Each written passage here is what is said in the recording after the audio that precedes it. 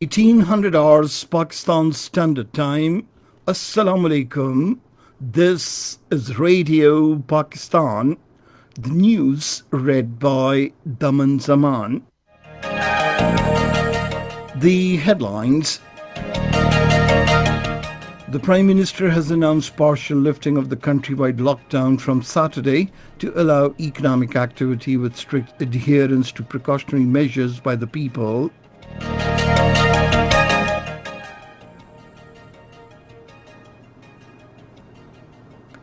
Kuwait has assured to provide all-out financial assistance to Pakistan to improve its health sector. The Information Minister says protection of nation's health is the main priority of the incumbent government. 38 deaths due to coronavirus have been reported in the country during the last 24 hours, while the death toll across the world has risen to over 263,000. Pakistan has urged India to refrain from any ill-considered and irresponsible move which could have serious implications for peace and security in the region. In occupied Kashmir, one person was martyred in the indiscriminate fire of the Indian troops amid forceful anti-India demonstrations in different districts today.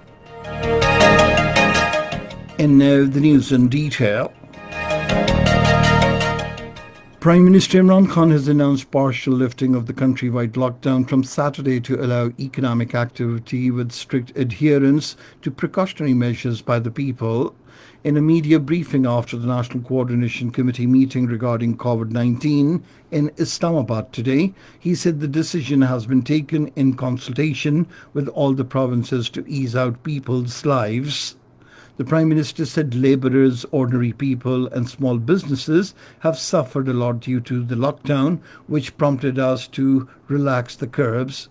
He said 35% of our revenue collection has decreased, while exports have also come down.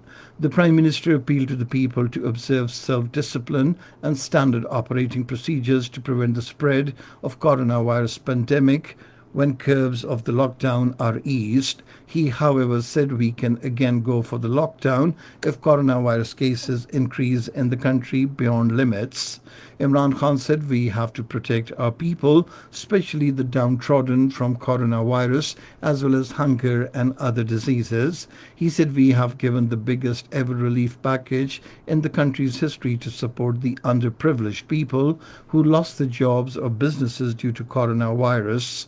He said we have passed on the dividends of reduced oil prices in the international market by slashing the prices of petrol and diesel. The Prime Minister said there was lack of consensus on opening of public transport and we will not open this sector without the province's will. The Kuwaiti Foreign Minister Ahmed Nasser Al Mohammed As Sabah has expressed his country's resolve to provide all-out financial assistance to the people and to Pakistan to improve its health sector. He was talking to his Pakistani counterpart Shah Mahmood Qureshi via video link today. The Kuwaiti minister said his country needs assistance of Pakistan in the fields of food security and health. Ahmed Nasser Al Mohammed As Sabah gave a proposal to devise a strategic plan of 5 to 10 years to promote cooperation between Pakistan and Kuwait in the economic, defense and military sectors. Shah Mahmood Qureshi apprised his Kuwaiti counterpart on Prime Minister Imran Khan's calling off global debt relief to support economies of the developing countries in the context of corona pandemic. He also informed him of the situation in occupied Kashmir and said continuous lockdown and unwarranted restrictions have increased the spread of coronavirus in the held territory. Both the foreign ministers agreed to hold consultative interaction twice every month to cope with the pandemic and to review the progress on important bilateral issues. The Federal Minister for Information and Broadcasting Shibli Farah says protection of the nation's health is the main priority of the incumbent government. In a statement, he said Prime Minister Imran Khan is taking decisions in the best interest of the people and the country.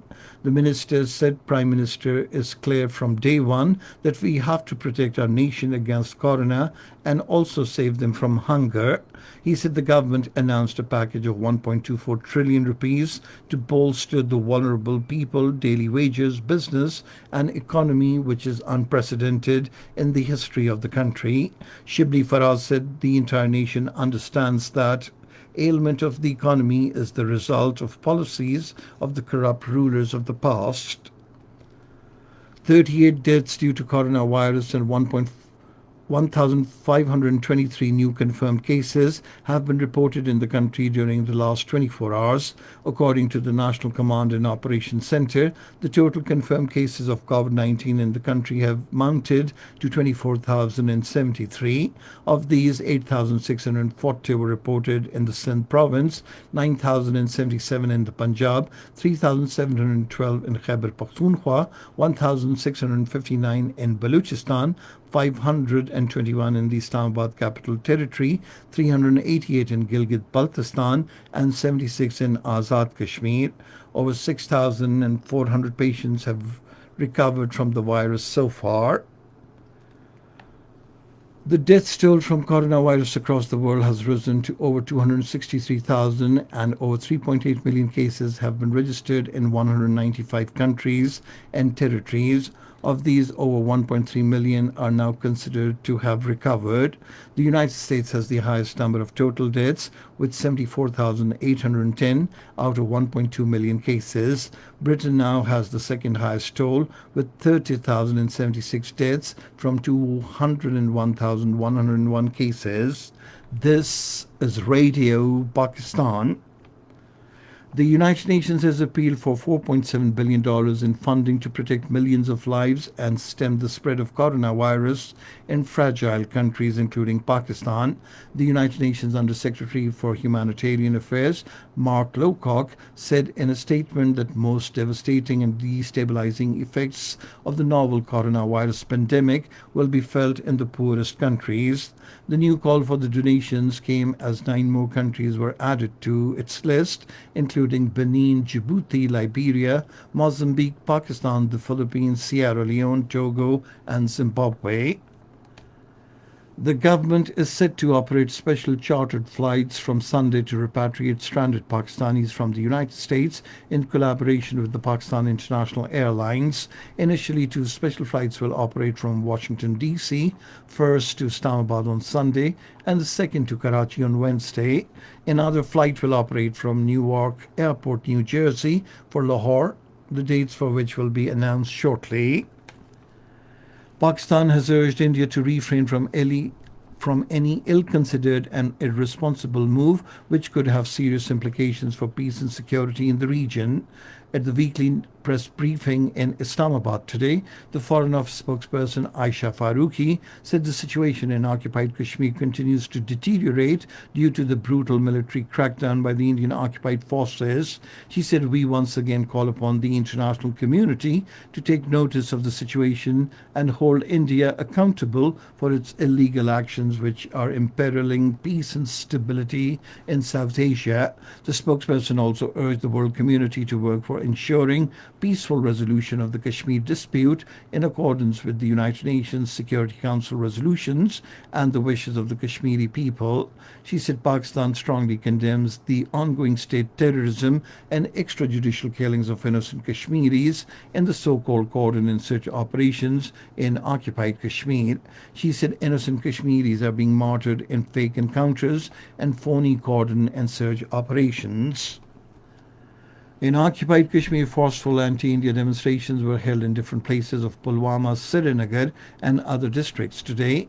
Demonstrations were held against the killing of the top Mujahid commander, Riaz Neku, and Adil Ahmed. One person was martyred when the Indian troops fired on him at Bhagpura, Avantipura in Pulwama district. Clashes between the demonstrators and the troops occurred at many places. The troops used bullets and pellets to disperse the protesters, injuring dozens of people. Fearing large-scale participation of people in the funeral, the occupation authorities did not hand over the bodies of Riaz Neku and other martyrs to their family and secretly buried them in army-run graveyards. The All Parties Hurriyat Conference has said the anti-India demonstrations will continue in the occupied territory. Meanwhile, the All Parties Hurriyat Conference, led by Sayyid Ali Gilani, has issued a resistance calendar for the holy month of Ramadan Ramadan. The APHC, in a statement in Srinagar, asked the people to offer funerals in absentia of the martyrs in their villages, hometowns and cities tomorrow after Friday prayers. And finally, the weather. Mainly dry weather is expected in most parts of the country during the next 24 hours. However, rain, wind, thunderstorm is expected in Upper Khyber Pakhtunkhwa, Kashmir, Islamabad and Potawar region. And that is the end of this news bulletin. For more news and analyses, log on to our website, radio.gov.pk, and you can also watch the live video streaming of our bulletins on the link facebook.com/Radio Pakistan News Official.